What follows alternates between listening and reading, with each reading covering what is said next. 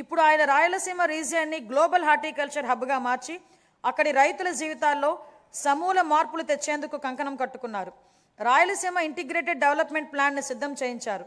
దానిలో భాగంగా 2030 నాటికి ఉద్యాన పంటల విస్తీర్ణాన్ని 8.41 లక్షల హెక్టార్ల నుంచి 14.41 లక్షల హెక్టార్లకు పెంచబోతున్నాం.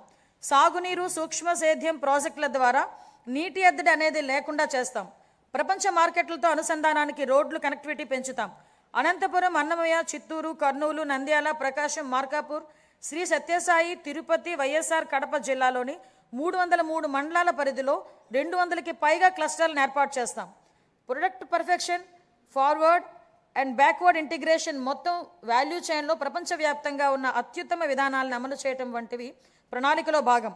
ఈ ప్రాజెక్టు వల్ల ఉత్పాదక గణనీయంగా పెరుగుతుంది. ఉద్యాన ఉత్పత్తులకు మంచి ధర లభిస్తుంది. లక్షల మంది రైతులకు లబ్ధి చేకూరుతుంది. వ్యవసాయేతర రంగాల్లో ప్రత్యక్షంగా 9 లక్షల ఉద్యోగాలు లభిస్తాయి. రాయలసీమపై వెనుకబడిన ప్రాంతం అన్న ముద్ర తొలగిపోతుంది.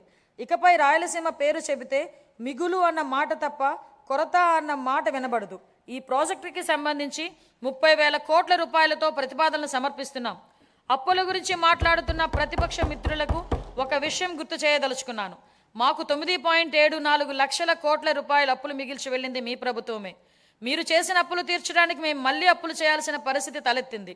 ఈరోజు మేము అప్పుగా తెస్తున్న ప్రతి రూపాయి ఉత్పాదక వ్యయంలోకే వెళ్తుంది.